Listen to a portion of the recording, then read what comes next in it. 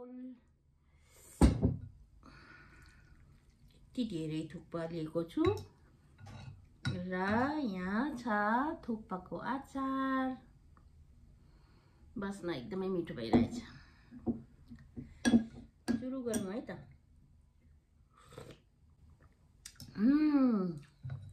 एकदमै दामी भएको छ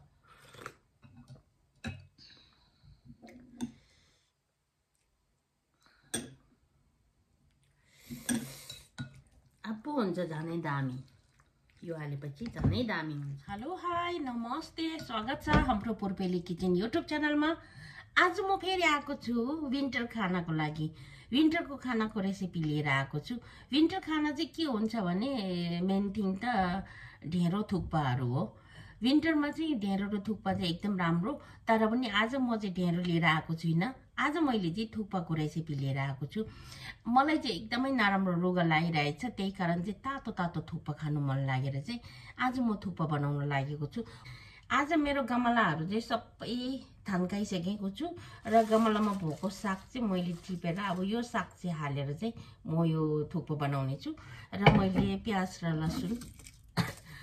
लसुन काट्नुलाई रेडी पारेको छु मेरो स्वर एकदमै नराम्रो भइरहेछ सरी त्यसको लागि पुरै खोकी पनि लागिरहेछ धेरै चिसो गाडिरहेछ हिउँ परिरहेछ बाहिर त्यही कारण चाहिँ आज चाहिँ मलाई चाहिँ हिउँदो लागेपछि थुक्पा नै बेस्ट हुन्छ भनेर चाहिँ आज मैले चाहिँ मेरो लागि थुक्पा बनाउँदैछु र तपाईहरूको लागि पनि थुक्पाको रेसिपी चाहिँ लिएर आएको छु है त म थुक्पा बनाएर खानेछु आज चाहिँ र थुक्पा चाहिँ तपाईहरूले पनि विन्टरमा चाहिँ थुक्पा चाहिँ बेस्ट हुन्छ समरमा चाहिँ थुक्पा खानुलाई त्यति मिठो हुँदैन र विन्टरमा चाहिँ थुक्पा जति बेस्ट चाहिँ अरू कुनै पनि हुँदैन भन्दा पनि हुन्छ र ढेँडो पनि एकदमै बेसै हो ढेँडो पनि थुक्पा जस्तै काम गर्छ तातो दिन्छ र मलाई चाहिँ रुगा लागेको भएको हुनाले चाहिँ आज चाहिँ रुगा लागेकोले चाहिँ मैले चाहिँ थुक्पा खाने निर्णय गरेको छु र त्यसै कारणमा चाहिँ तपाईहरूलाई पनि यो थुक्पाको रेसिपी चाहिँ सेयर गरौँ भनेर चाहिँ आज म चाहिँ थुक्पा बनाउनेवाला छु है त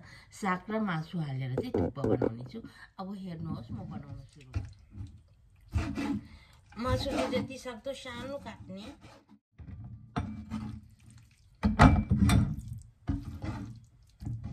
मैले मासु काटिसकेँ त्यो सँगसँगै प्याजलाई पनि काटिदिने प्याजलाई यो टाइपको काटिने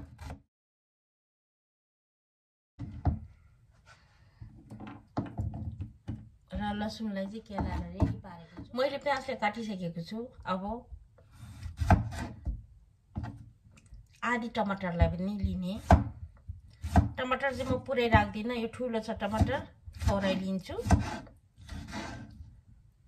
ल मैले प्याज र टमाटर पनि काटिसकेको छु मासु पनि काटिसकेँ अब चाहिँ बनाउन सुरु गरौँ है त थुक्पा लिन्छु मलाई किनभने हातले बनाउन अल्छी लागिरहेछ अल्छी लाग्यो भन्दा पनि रुगा लागिरहेछ त्यही कारण चाहिँ मलाई बनाउने जाँगर छैन त्यही कारण मैले रेडिमेड थुक्पा लिएको छु यो थुक्पालाई बनाउने छु है त अब सुरु गरौँ बनाउनलाई मैले आज यो भाँडा लिएको छु थुक्पाको लागि चाहिँ भाँडा तताउने फर्स्टमा त हामीले तेल हाल्नै पर्छ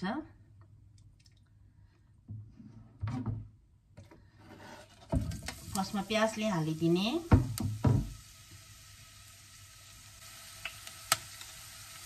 मैले आज चाहिँ काठको जाडो लिएको छु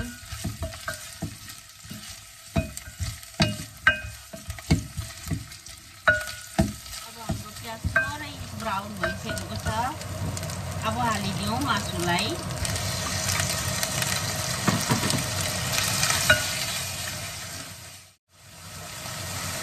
अब स्वाद अनुसारको नुन हालिदिने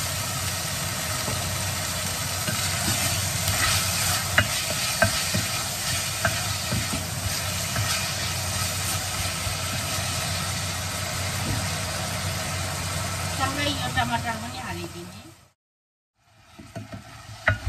ल मैले मासु र टमाटर पनि हालिसकेको छु र थुक्पा बनाउनुको लागि चाहिँ मासु चाहिँ एकदमै कडा भुट्नु हुँदैन थुक्पाको टेस्ट राम्रो हुँदैन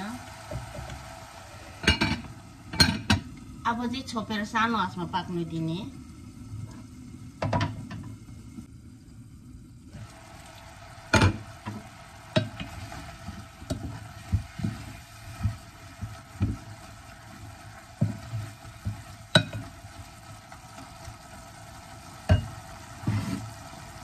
आफ्नो टमाटर यतिको हुँदाखेरि चाहिँ अब लसुन पिनेकोलाई हालिदिने।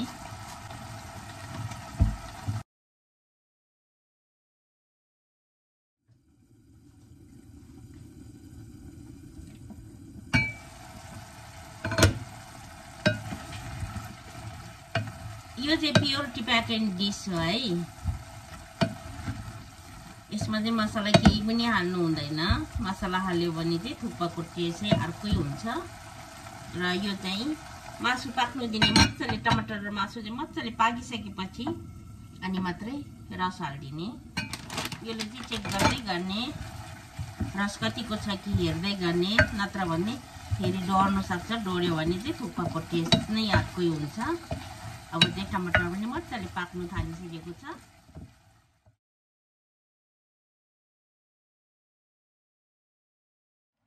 मैले साग धोएर रेडी पारे। 2 खाले पालक छ। यो सेतो पालक छ, अर्को चाइनिजको सेतो पालक।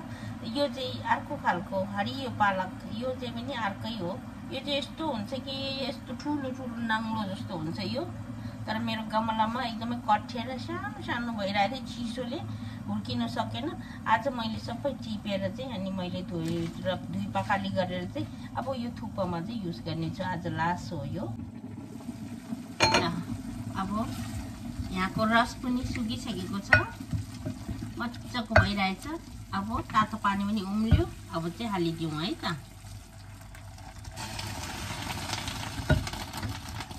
आफूलाई कति चाहिन्छ त्यति रस हाल्ने।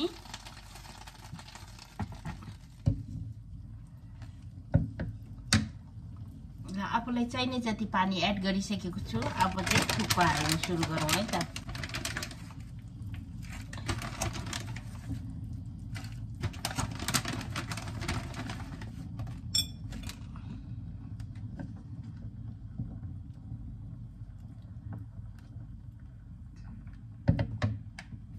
यस्तो हुन्छ यो थुक्पा चाहिँ, एकदमै मिठो हुन्छ। यो हामीले पेलेको जस्तै थुक्पा हो यो। अब चाहिँ हाम्रो थुक्पा चाहिँ यतापट्टि पाकिरहेछ, हेर्नुहोस्। थुक्पा यसरी पाकिरहेछ बिस्तारै सानो आँचमा, नत्र भने यो उम्लेर पुरै पोख्छ। अब चाहिँ म चाहिँ यो थुक्पासँग खाने अचार बनाउँदैछु। थुक्पासँग चाहिँ हरियो खोर्सानी चाहिँ यसरी मजाले काट्ने। मैले चाहिँ डल्ले लिँदैछु। यो चाहिँ यहीँ मेरै गमलाको डल्ले हो, धेरै पिरो छ यो अफ्रिकानी डल्ले हो।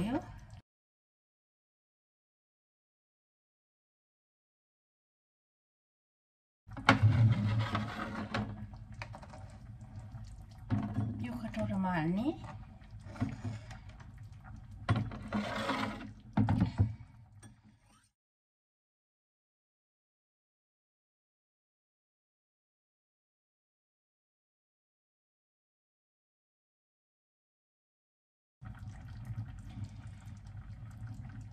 चाहिँ 2 फेक्ला पारेर चाहिँ मसिनो पार्ने।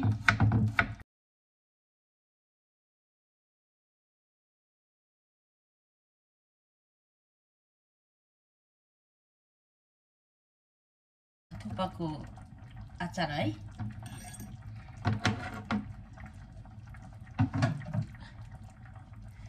अब थुक्पाको अचार चाहिँ कसरी बनाउनु पर्छ भन्दाखेरि चाहिँ म तपाईहरुलाई देखाउने छु।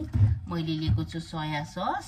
यो चाहिँ डार्क सोया सस हो, तर म यसमा पानी मिसाएर चाहिँ पातलो गर्नेछु। र यहाँ फिश सस, मलाई चाहिँ फिश सस मन पर्ने भएकोले चाहिँ म फिश सस हाल्छु। फिश सस नहाले पनि हुन्छ तपाईहरुले।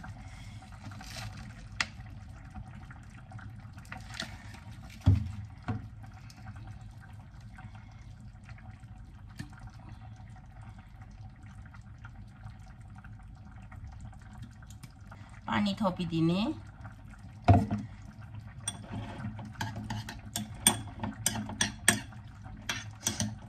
अनि आफूलाई भिनेगर मन पर्छ भने भिनेगर हाल्ने, भिनेगर मन पर्दैन भने कागती हाल्दा पनि हुन्छ।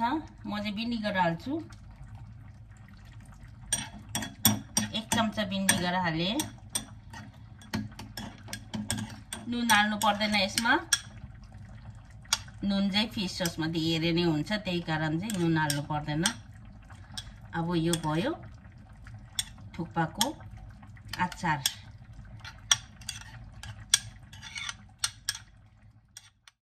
थुक्पा मजाले पाकिरहेछ। वाह, हेर्नुहोस् त खमखम लाग्दो भएको छ। कलर पनि एकदम राम्रो। यो चाहिँ नेचुरल कलर हो। यसमा कुनै केही हालेको छैन, बेसार पनि हालेको छैन र सोया सस पनि हालेको छैन। अब चाहिँ हाम्रो थुक्पा चेक गरौँ है त कतिको पाकेको रहेछ। हेरौँ, थुक्पा ठिक्कको भएको छ। पाकिसकेको छ थुक्पा। नुन चाखौँ है त। थुक्पा मैले सोचेको भन्दा पनि मिठो भएछ। एकदमै बिर्सिनै नहुने खालको चाहिँ के हो भने यसमा टिमुरको धुलो हालिदिने।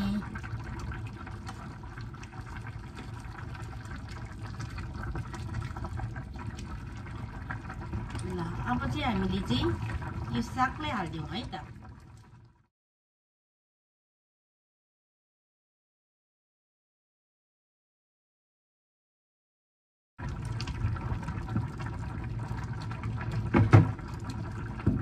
यो साग हालेको साथसाथै ग्यासलाई पनि अफ गरिदिने। अब यो हरियो प्याजलाई पनि हालिदिने।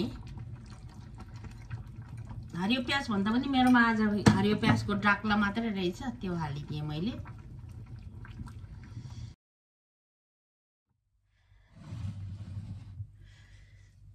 ल अब चाहिँ म थुक्पा सर्भ गर्छु यो बोलमा। च्याप्नेले चाहिँ च्यापेर हाल्छु थुक्पा।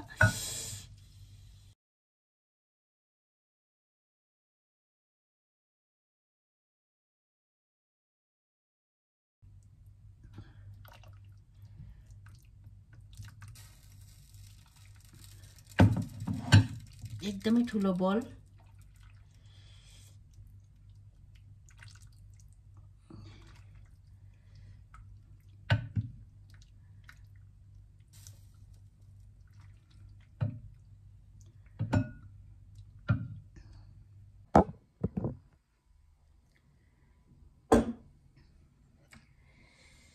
मैले लिएको छु कोरियन काँटा, कोरियन चम्चा।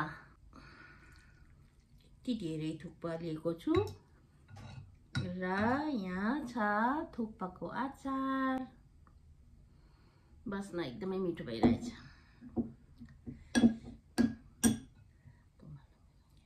सुरु गरौँ है त। एकदमै दामी भएको छ।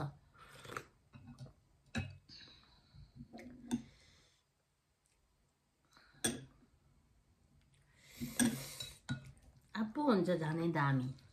यो हालेपछि झनै दामी हुन्छ।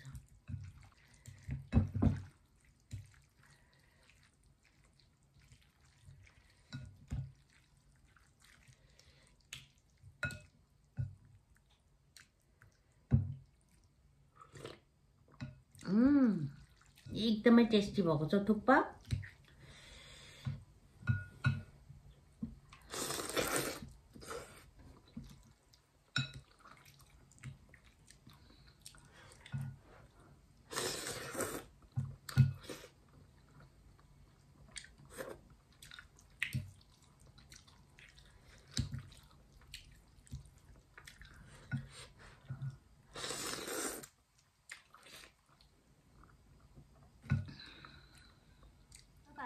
विन्टरमा यसरी नै थुक्पा बनाएर खानु मजाले। तपाईहरुले थुक्पाको रेसिपी त देखिसक्नुभयो। एकदमै सजिलोसँग थुक्पा कसरी बनाउनु पर्छ भनेर चाहिँ। एकदमै प्योर टिबेटन थुक्पा बनाउनको लागि चाहिँ तपाईहरुले मसला तामझाम यस्तो धेरै केही गर्नु पर्दैन। जस्ट प्याज, मासु, लसुन त्यति भयो भने चाहिँ हुन्छ। मुला काटेर हालिदिए हुन्छ, मुला मन पर्नेले। मुला मन नपर्नेले साग हाले पनि हुन्छ। मेरोमा चाहिँ साग चाहिँ बिग्रिनु आँटेको थियो, किनभने टुसारोले बिग्रिन्छ भनेर गमला सबै उठाएको आज। त्यही कारण मैले साग सबै टिपेर चाहिँ मैले यो थुक्पामा हालेको। मासु र प्याज भयो भने, लसुन भयो भने हुन्छ। खानेले लसुन हाल्छ, नखानेले त्यो लसुन पनि हाल्दैन, प्याज हाले हुन्छ। अरू केही पनि हाल्नु पर्दैन। नुन भयो भने हुन्छ। अब खोर्सानी मन पर्छ भने खोर्सानी हाल्छ, हालेर चाहिँ बनाउनु पकाउँदैन, अनि साइडमा राखेर चाहिँ माथिबाट हालेर थपेर खाइने चलन छ। थुक्पाको लागि चाहिँ तपाईहरुले एकदमै झन्झट गर्नै पर्दैन, तामझाम केही गर्नु पर्दैन। थुक्पा खानु त मन लाग्छ तर बनाउन अल्छी लाग्छ, के चाहिन्छ त्यो नसोच्नु होला। थुक्पा बनाउनुलाई एकदम सिम्पल तरिकाले मैले जस्तो घरमा थुक्पा बनाएर खानुहोस् त एकदमै मिठो हुन्छ। आफूले हातले बनाएको थुक्पामा चाहिँ साग हाले पनि हुन्छ, मुला हाले पनि हुन्छ, मनपर्नेले आलु हाले पनि हुन्छ, र मासु नै चाहिन्छ भन्ने छैन। भेज खानुहुन्छ भने क्यारोट आलु के हालेर पनि बनाउन सक्नुहुन्छ थुक्पा। अनि मैले चाहिँ आज यो साग चाहिँ बिग्रिन्छ भने चाहिँ मैले अलि हरियो पनि देख्छ, मसँग धनियाँ थिएन, त्यही कारण हरियो देख्नुको लागि पनि हो। साग बिग्रिन्छ भने मैले सबै गमला थन्काएको आज, त्यही कारण चाहिँ मैले यो साग हालेँ। ल अब चाहिँ तपाईहरुबाट बिदा माग्ने टाइम पनि भइसकेको छ र आजको लागि यतिमै बिदा लिन चाहन्छु। यदि मेरो भिडियो हेर्नुहुने नयाँ हुनुहुन्छ भने चाहिँ सब्स्क्राइब गर्नु चाहिँ नभुल्नुहोला।